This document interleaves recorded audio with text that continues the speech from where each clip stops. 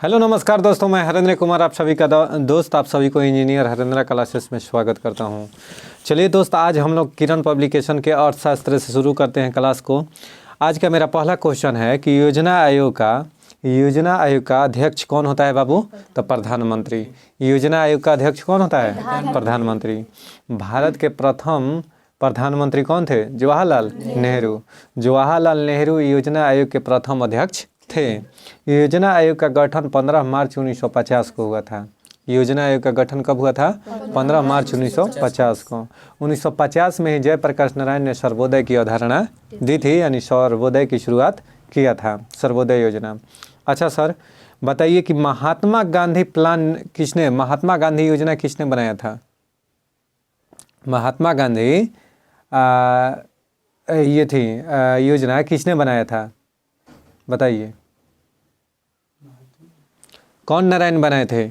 जल्दी से बताइए। ठीक है, महात्मा गांधी योजना कौन नारायण?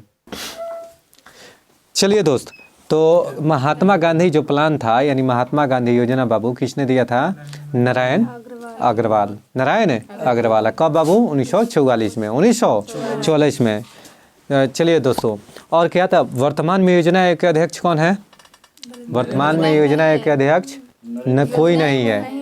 अब योजना आयोग के चेंज करके क्या हो गया है? नीति आयोग।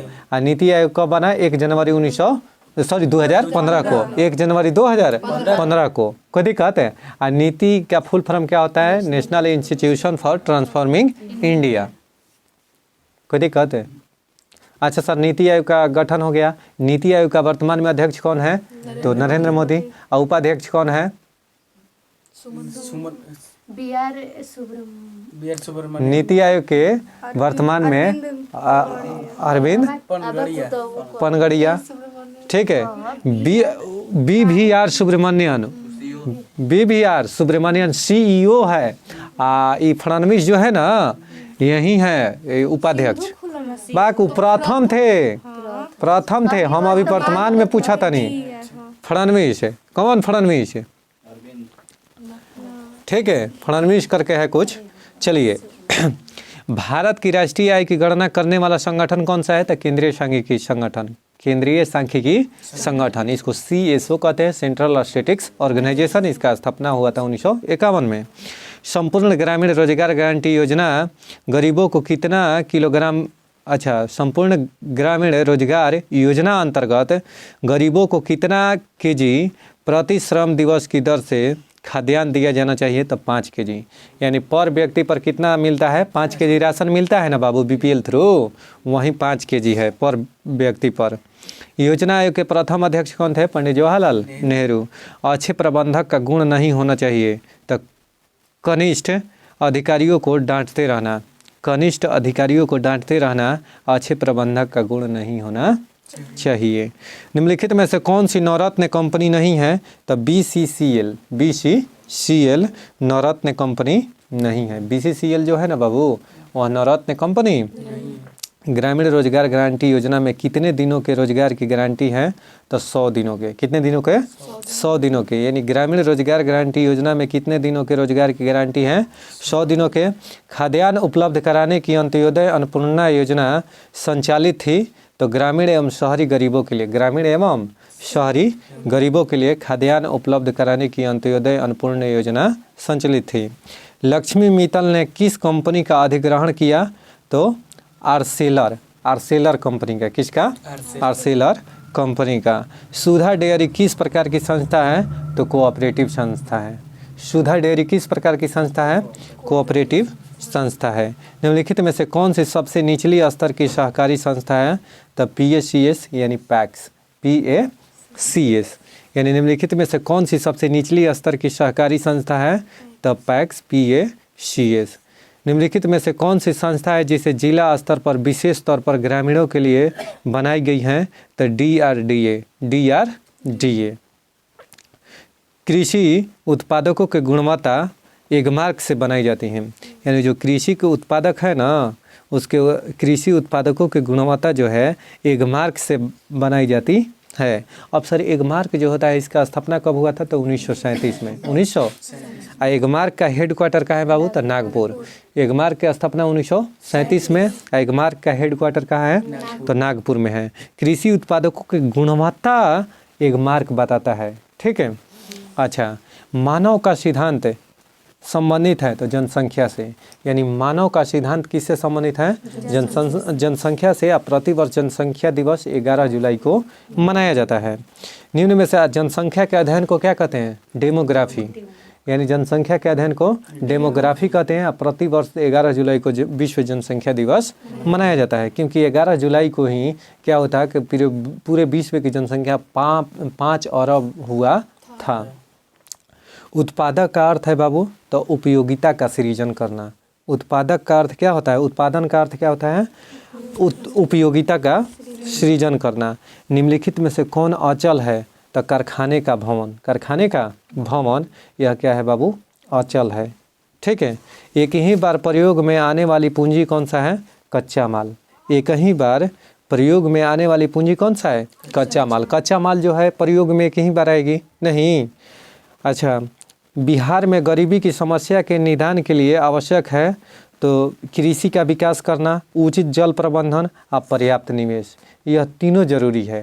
कहने का मतलब है बाबू कि गरीबी समस्या, जैसे उत्तर बिहार में जाओगे तो बहुत सारा गरीबी है। काहे कि उधर गरीबी का कारण बाढ़ है, फ्लड है। फ्लड अगर उसका उचित जल प्रबंधन हो जाए तो बाढ़ की समस्या खत्म हो सकती है, जिससे वहाँ पर कृषि संपन्न होने लगेगा, अच्छी तरीके से कृषि होने लगेगी और वहाँ के जो लोगों का जीवन यापन है स्टैंडर्ड ऊंचा होने लगेगा। कोई दिक्कत है? अब उधर जाओगे ना तो ज़्यादातर मिलेगा कराकट के। उत्तर बिहार में जाओगे तो ज़्यादा घर जो मिलेगा कराकट के, झुग्गी झुपड़ी, ठीक है। किशनगंज साइड जाओगे तुम लोग तो उधर ज़्यादा देखोगे कि ये सब चीज़ मिलेगा। अररिया में जाओगे, ठीक है, मक्का का खेती होता है। कोई दिक्कत जी? आइए, तो उचित जल प्रबंधन और पर्याप्त निवेश। पर्याप्त निवेश माने इनफ सफिशिएंट आपका क्या होना चाहिए? इन्वेस्टमेंट होना चाहिए कि आपके यहाँ कोई इन्वेस्टमेंट करेगा तभी तो यहाँ रोजगार लगेगा या कोई चीज़ चालू होगा जिससे कि लेबर को क्या मिलेगा? काम मिलेगा। देश की प्रमुख आर्थिक समस्या क्या है? तो गरीबी तथा बेरोजगारी। यानी हमारे देश का प्रमुख आर्थिक समस्या क्या है? तो गरीबी तथा बेरोजगारी, दो ही समस्या है। अर्थशास्त्र में भूमि का तात्पर्य है। अर्थशास्त्र में भूमि का क्या तात्पर्य है बाबू? बताइए। अर्थशास्त्र में भूमि का क्या तात्पर्य है? बताइए।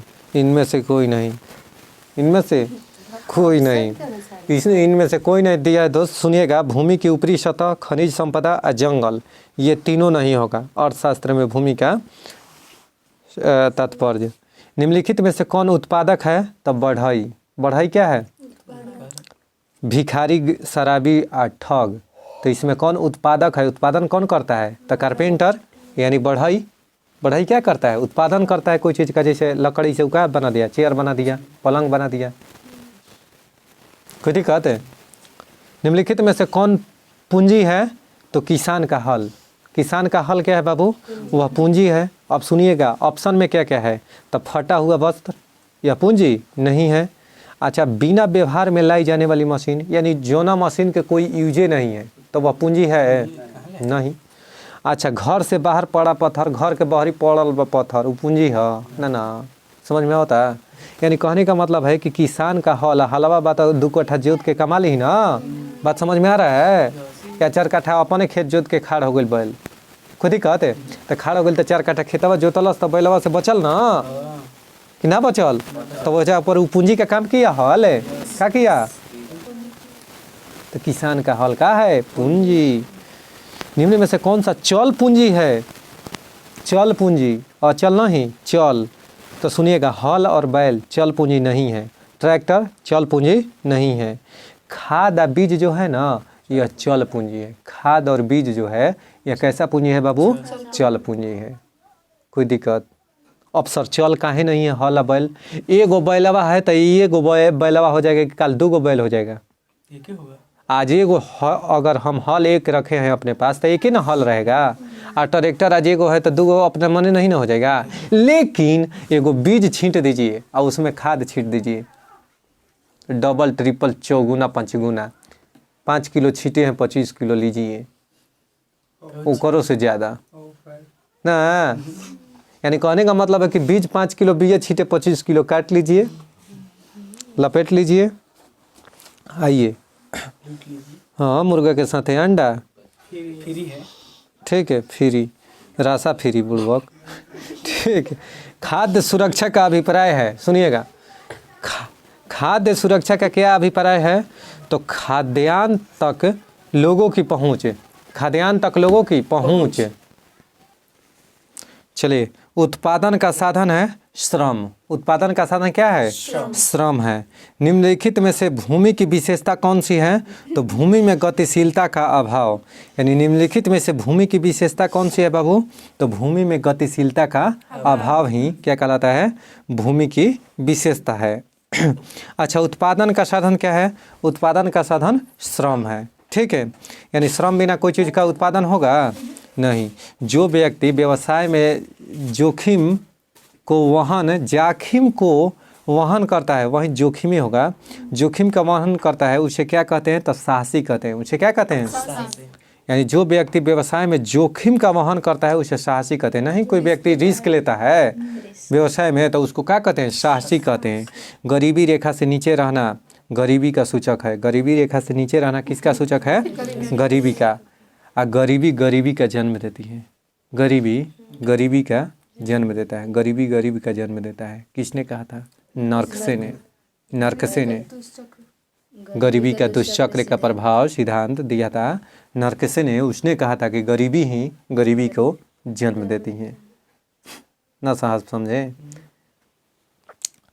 इसलिए गरीब में पैदा होना गुनाह नहीं है, गरीब पूरे जीवन रह जाना ही क्या है? गुनाह है। बहुत बहुत शुक्रिया दोस्त, आगे बढ़ते हैं। बाढ़ से राज्य में बर्बाद होती हैं फसल, मनुष्य एवं मवेशी, आवास, इनमें से सभी। यानी बाढ़ जो आएगा बाबू, बाढ़, उससे क्या क्या बर्बाद होगा? एगो तो फसल, दूसरा में क्या चीज़ है?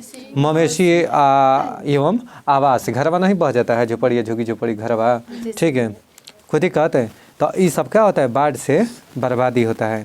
बिहार वासियों का जीवन निर्वाह का मुख्य साधन क्या है? बिहार वासी के जीवन यापन का कृषि। क्या है? कृषि। निम्नलिखित में से कौन सा खाद्यान्न के स्रोत हैं? तो गहन खेती, आयात नीति, भंडारण नीति, इनमें से सभी। यानी खाद्यान्न के स्रोत कौन सा है बाबू? तो एक तो गहन खेती होगा। गहन खेती होगा तभी जाकर उसको आयात कोई करेगा। अब आपको कोई चीज़ उपजे नहीं होगा तो कोई चीज़ किनेगा नहीं। तो सबसे पहले गहन खेती होगा, उसके बाद में आयात होगा, आयात होगा, उसके बाद में भंडारण नीति, भंडारण नीति, खुद ही कहते इनमें से सभी। भारत के राष्ट्रीय आय में कृषि का योगदान है तो 26%। यानी भारत के राष्ट्रीय आय में कृषि का योगदान कितना है बाबू? 50%, 49% है, ठीक है, 50% के अप्रोक्स। कृषि और उद्योग एक दूसरे के पूरक है। कृषि और उद्योग एक दूसरे के पूरक है। अब पूरक उसे कहते हैं बाबू कि एक दूसरे के बिना नहीं चल सकता है। समझ में आ गया क्या? पूरक कहते हैं उसे कि जो एक दूसरे के बिना काम नहीं चल सकता है। हाँ, एक दूसरे पर डिपेंडेंट है। जैसे मान लो चीनी उद्योग हो गया, अगर वो ईख पर डिपेंडेंट होता है चीनी उद्योग, अगर उसको ईख सप्लाई ना करे पैदा, कौन? कृषि अगर ऊख का उपज ही ना करे तो चीनी उद्योग बंद हो जाएगा। अगर चीनी उद्योग चले और कृषि उपज ना करे तो बंद हो जाएगा। अगर कृषि उपज करे और चीनी ही ना बने तो कृषि उपज ही नहीं करेगा। तो एक दूसरे का क्या हुआ? पूरक। एक दूसरे का पूरक, संपूरक नहीं, पूरक। कोई दिक्कत है? कृषि और उद्योग एक दूसरे के पूरक है। राष्ट्रीय कृषि एवं ग्रामीण विकास बैंक नाबार्ड की स्थापना कब हुआ था? 12 जुलाई 1982 को। बहुत सुंदर, 82, ठीक है, नाबार्ड के, ठीक है, शिवरमन समिति की सिफारिश पर नाबार्ड की स्थापना हुआ था। फसल बीमा की अधिकतम राशि क्या है? 20,000 रुपया। यानी फसल बीमा जो है ना बाबू, उसकी अधिकतम राशि कितना है? 20,000 रुपया।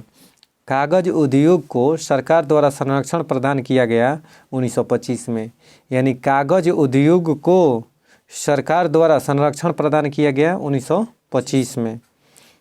अपर इंडिया पेपर मिल लखनऊ की स्थापना हुई थी 1879 में। कब हुई थी? 1879 में।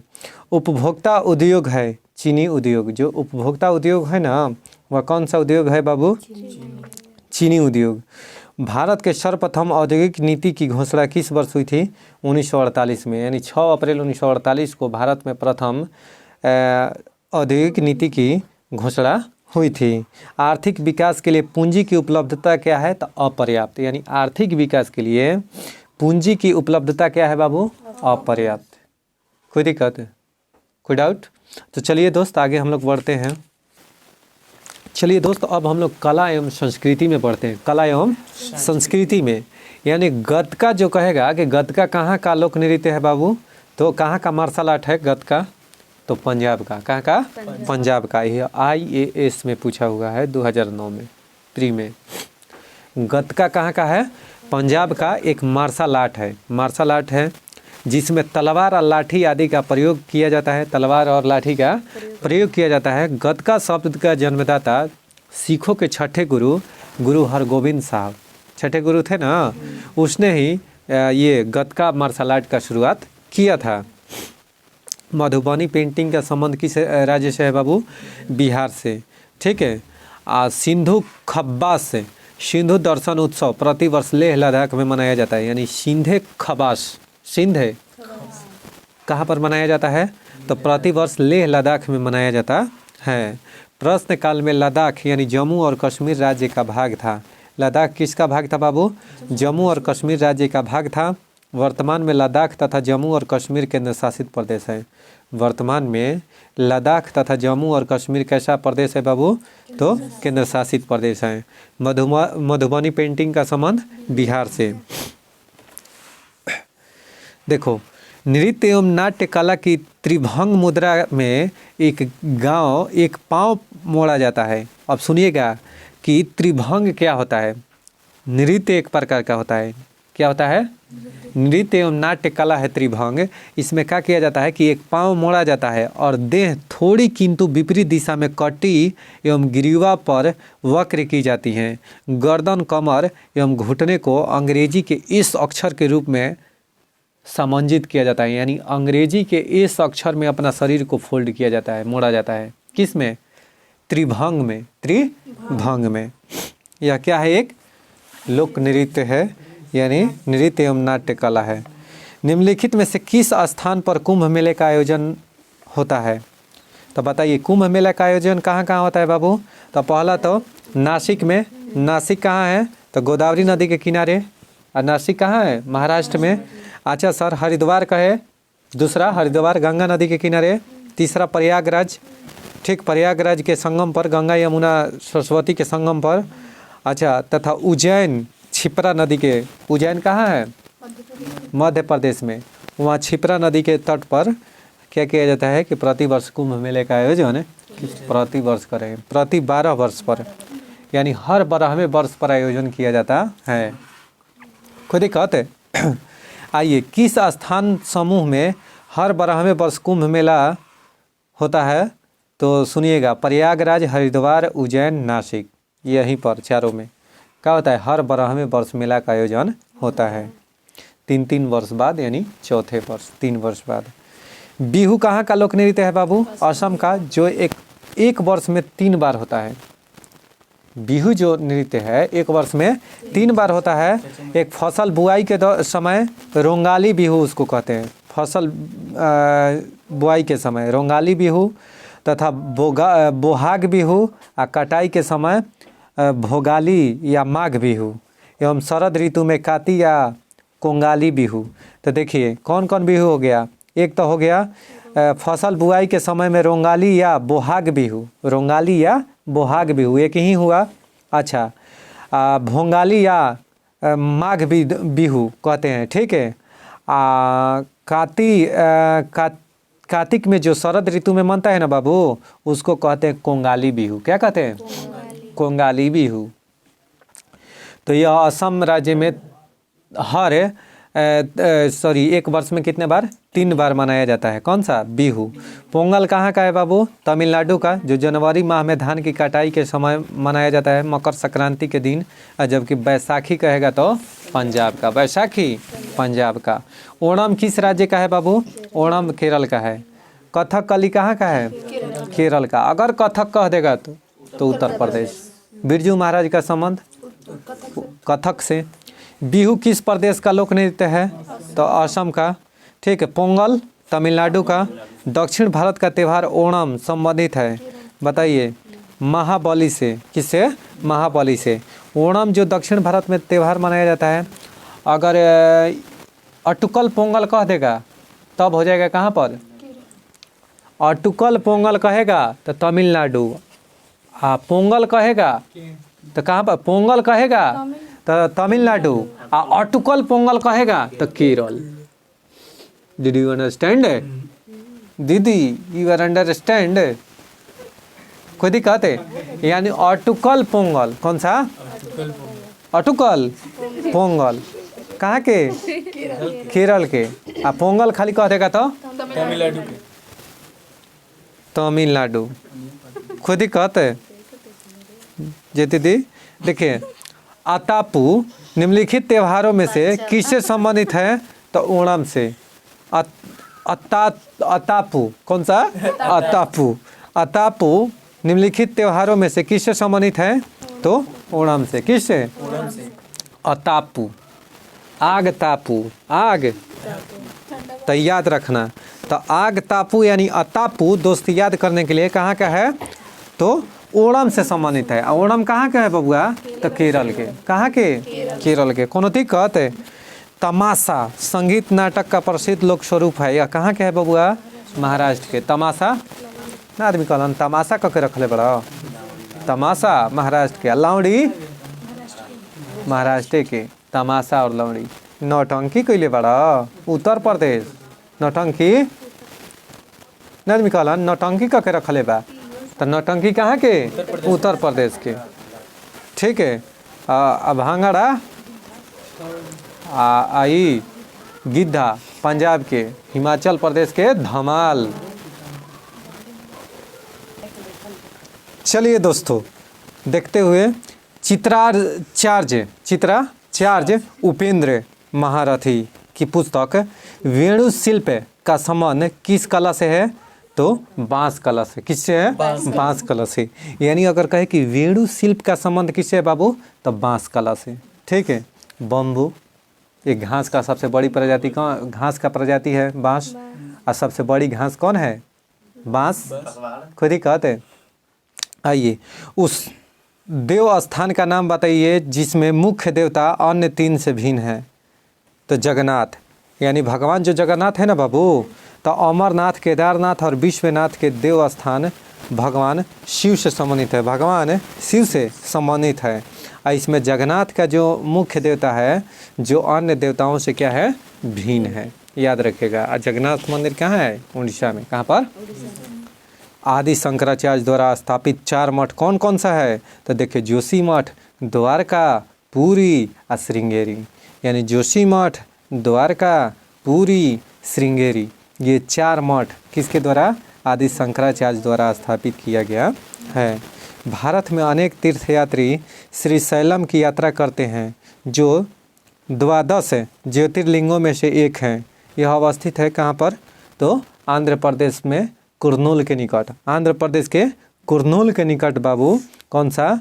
तो श्रीशैलम की तीर्थ यात्रा जो 12 यानी 12 ज्योतिर्लिंगों में से एक है, तो वह कहाँ स्थित है? आंध्र प्रदेश के कुर्नूल में। देखिए, किस राज्य में बौद्ध स्थल ताबो मठ स्थित है? तो हिमाचल प्रदेश में। यानी ताबो मठ कहे ना कि कहाँ पर स्थित है? हिमाचल प्रदेश में। लोसांग एक उत्सव है जो मनाया जाता है सिक्किम में। लोसांग कहाँ पर? सिक्किम में। ठीक है। वांगला उत्सव किस राज्य में मनाया जाता है? मेघालय में। वांगला उत्सव मेघालय में मनाया जाता है।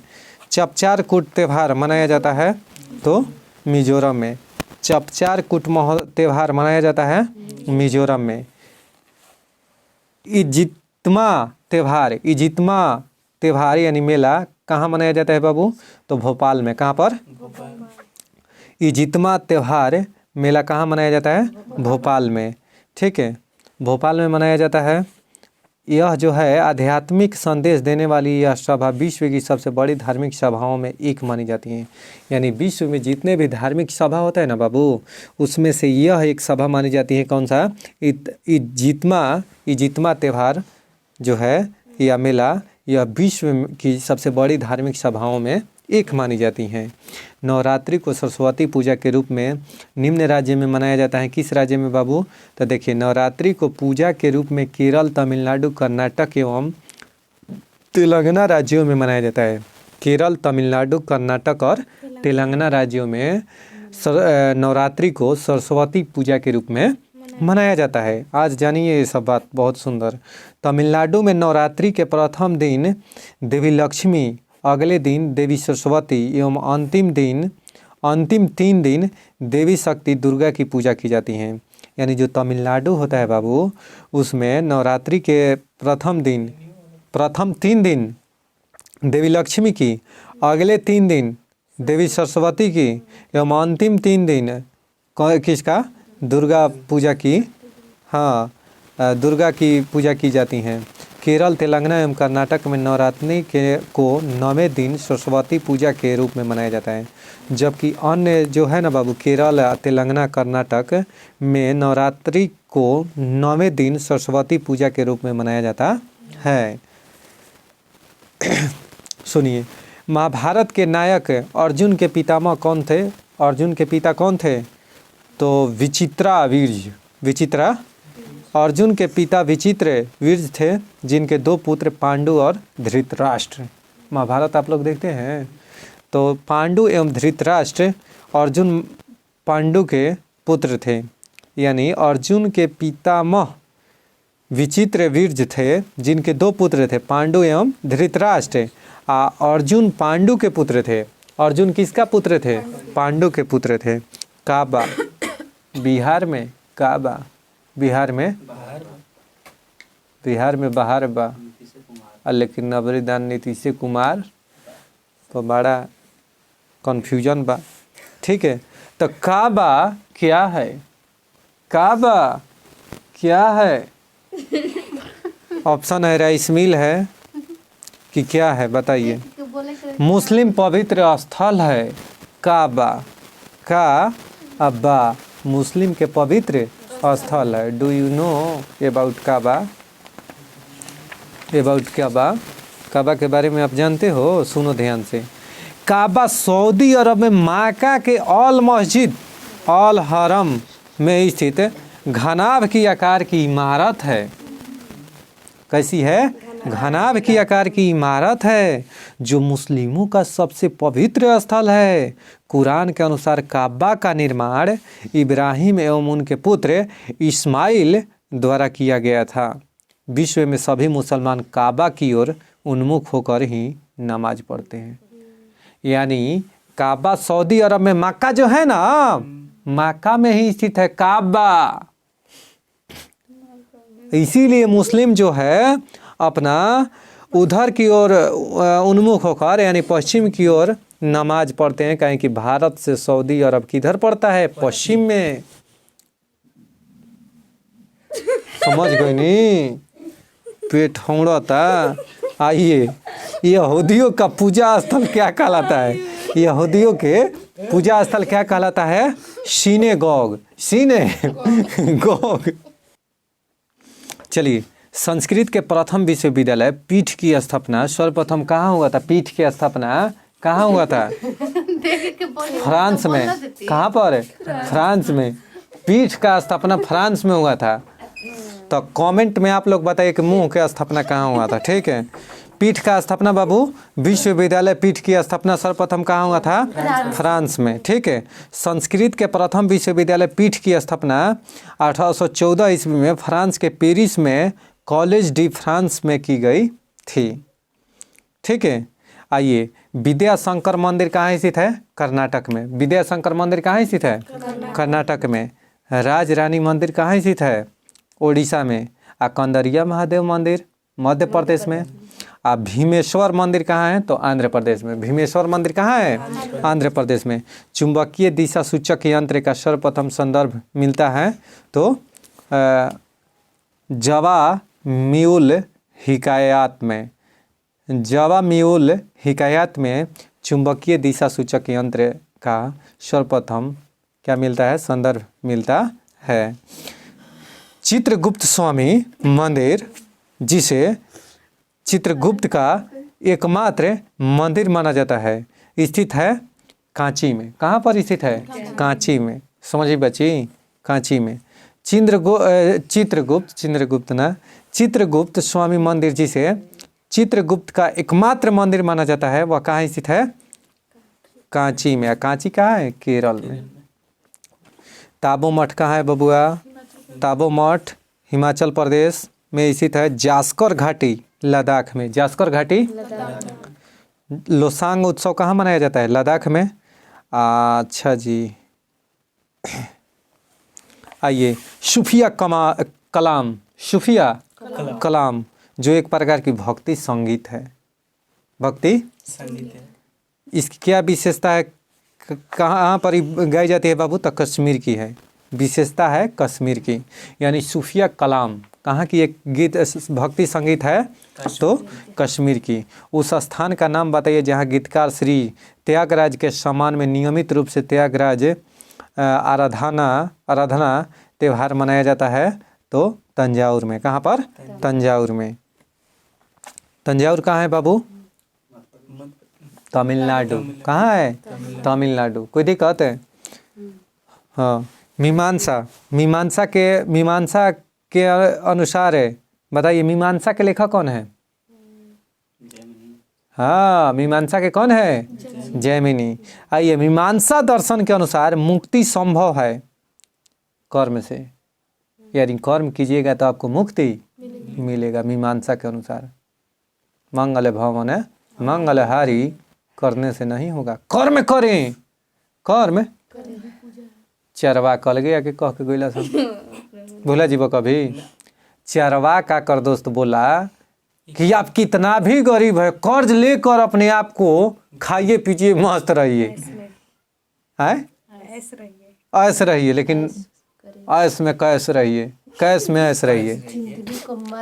हाँ, मस्ती में रखिए, कर्ज लेके भले ही खाइए।